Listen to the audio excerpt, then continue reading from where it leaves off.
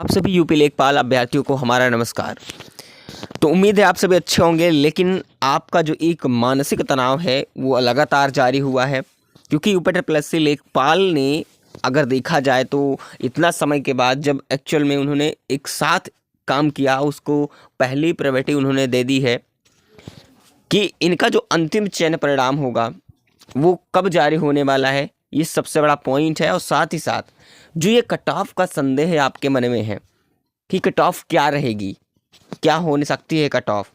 आप देखिए इसका फंडा क्या है, मैं आपको बता दूं कि सच्चाई क्या है आखिरकार कट ऑफ की, कौन सच बताता है कौन गलत है, ये सारी चीज़ें मैं आपको बता दूंगा।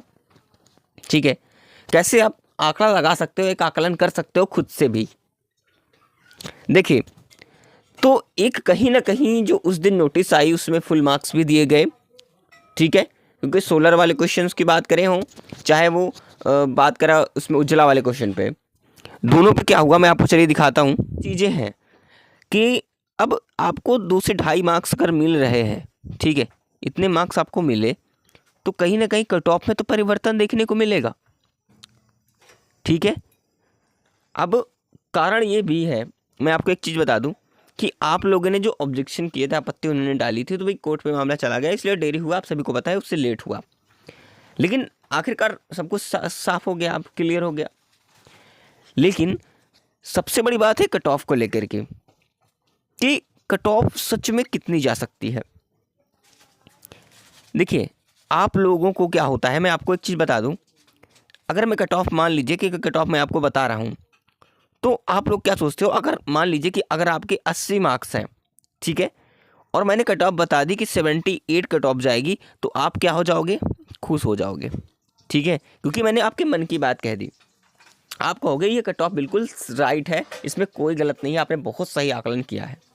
समझिए मेरी बात को, अगर वहीं पर किसी का 78 मार्क्स है और मैंने कह दिया कि 80 कट ऑफ जाएगी, तो वहीं पर क्या हो जाएगा, वो डिमोटिवेट हो जाएगा 78 वाला, क्योंकि उनके मन की बात मैंने नहीं कही, क्योंकि मैंने 80 बता दिया भाई, उसका 2 नंबर कम है तो उनका सिलेक्शन नहीं होगा, उससे वो डिमोटिवेट हो जाएगा। और साथ ही साथ कहेगा क्या कि आपने गलत आकलन किया है, आपको ये कट ऑफ के बारे में नहीं पता है, क्योंकि आपके लिए मैंने नहीं बताया, आप जो चाह रहे थे वो नहीं बताया।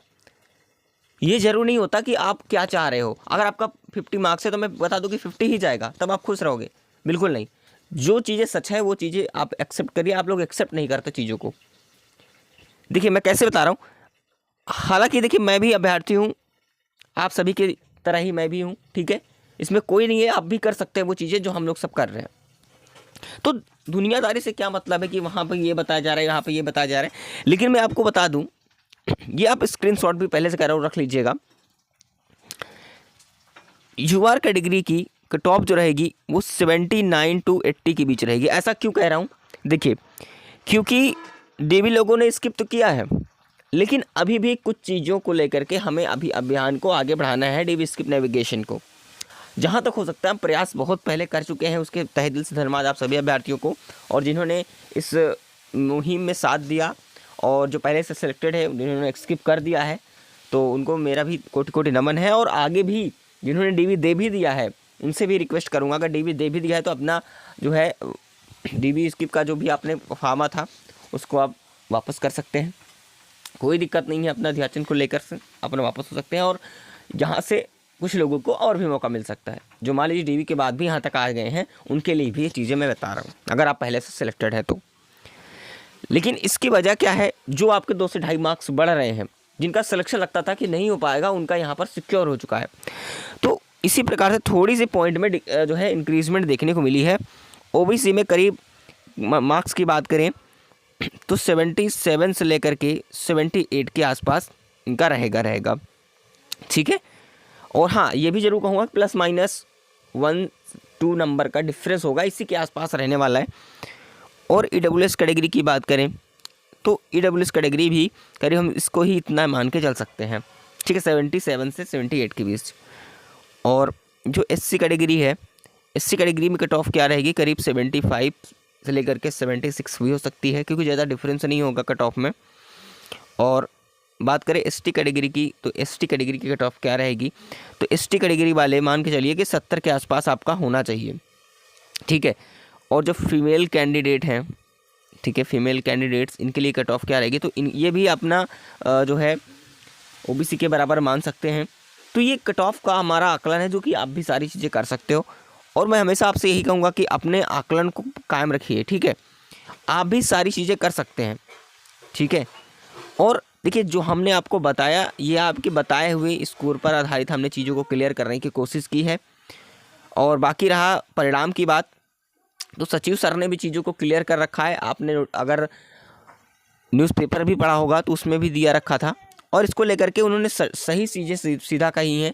जब मुख्य सेविका की बहनें भी गई थी वहाँ पर अपनी भर्ती को लेकर के, तो उन्होंने सचिव सर जी ने कहा कि देखिए अभी यूपी लेखपाल का भर्ती प्रक्रिया चल रही है। यूपी लेखपाल का अंतिम चयन जो परिणाम होगा वो दिसंबर में देना है, ठीक है, यानी कि इसी मंथ में देने की पूरी उम्मीद है। दिसंबर लास्ट तक फाइनल जो है परिणाम है आ जाएगा, ठीक है। तो आप लोगों को केवल बचेगी ज्वाइनिंग, जो कि ज्वाइनिंग है उन्हें मार्च से पहले करा लेनी है।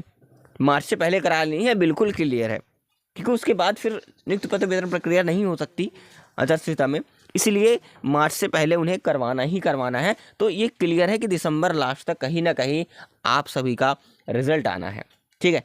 लेकिन जब तक रिजल्ट नहीं आ रहा है, हम प्रयास करेंगे कि कम से कम जो लोग डीबी जिन्होंने अगर कहीं पर जॉब कर रखी है, जॉब कर रखे थे, गवर्नमेंट जॉब थी उनके पास, लेकिन उन्हें डीबी नहीं माने, डीबी स्किप में उन्हें शामिल नहीं हुए और वो डीबी दे भी दिए हैं, तो फिर भी उनसे रिक्वेस्ट करूँगा कि वो ज्वाइनिंग ना लें, ठीक है।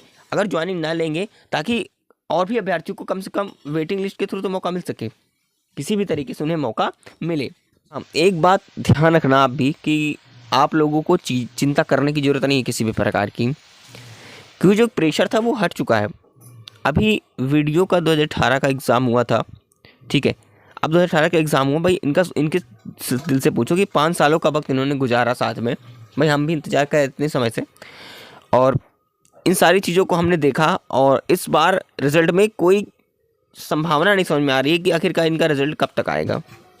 हालांकि हमने बता दिया था कि इस जो रिज़ल्ट है दिसंबर लास्ट, कोशिश की जा रही है दिसंबर लास्ट से लेकर के जो है जनवरी फर्स्ट वीक तक इसका रिज़ल्ट भी आ जाएगा। लेकिन सबसे पहले जो प्राथमिकता है वो है यूपी लेखपाल फाइनल रिज़ल्ट को लेकर के, ठीक है। तो कुल मिला के यूपी लेखपाल अभ्यर्थी भी कोशिश करेंगे कि अभी डीवी स्किप जारी रखें, ठीक है, जब तक कि आपकी ज्वाइनिंग नहीं हो जाती है। हो सकता है कहीं ना कहीं, अगर मैं ये कहता हूँ कि अगर 10 से 15 कैंडिडेट्स जो डीवी दे चुके होंगी, मतलब 10 से 15 ही कैंडिडेट्स की बात का, इतने भी अगर बाहर हो जाते हैं तो इतने लोगों को रोज़गार मिल जाएगा। क्योंकि मान लीजिए कोई जॉब में था, गवर्नमेंट जॉब में था, लेकिन उन्होंने डीवी भी दे दिया। अब डीवी दे दिया है, ठीक है, उन्होंने स्किप नहीं किया, लेकिन फिर अभी भी चाहे तो वो इस ज्वाइनिंग ना लेता है, ज्वाइन नहीं लेगा तो कहीं ना कहीं सीटें खाली रहेगी, तो वेटिंग लिस्ट के थ्रू इनको मौका मिल सकता है। मैं एग्जाम्पल के तौर पे बात कर रहा हूँ, 10 से 15 कैंडिडेट्स भी अगर बाहर हो जाते हैं, फिर भी उन अभ्यर्थियों को मौका मिलेगा जो बेरोजगार बेचारे कहीं पर भी अभी तक सिलेक्शन नहीं ले पाए, उन लोगों का भी उद्धार हो जाएगा, उनके घर का भी दीपक जल सकता है।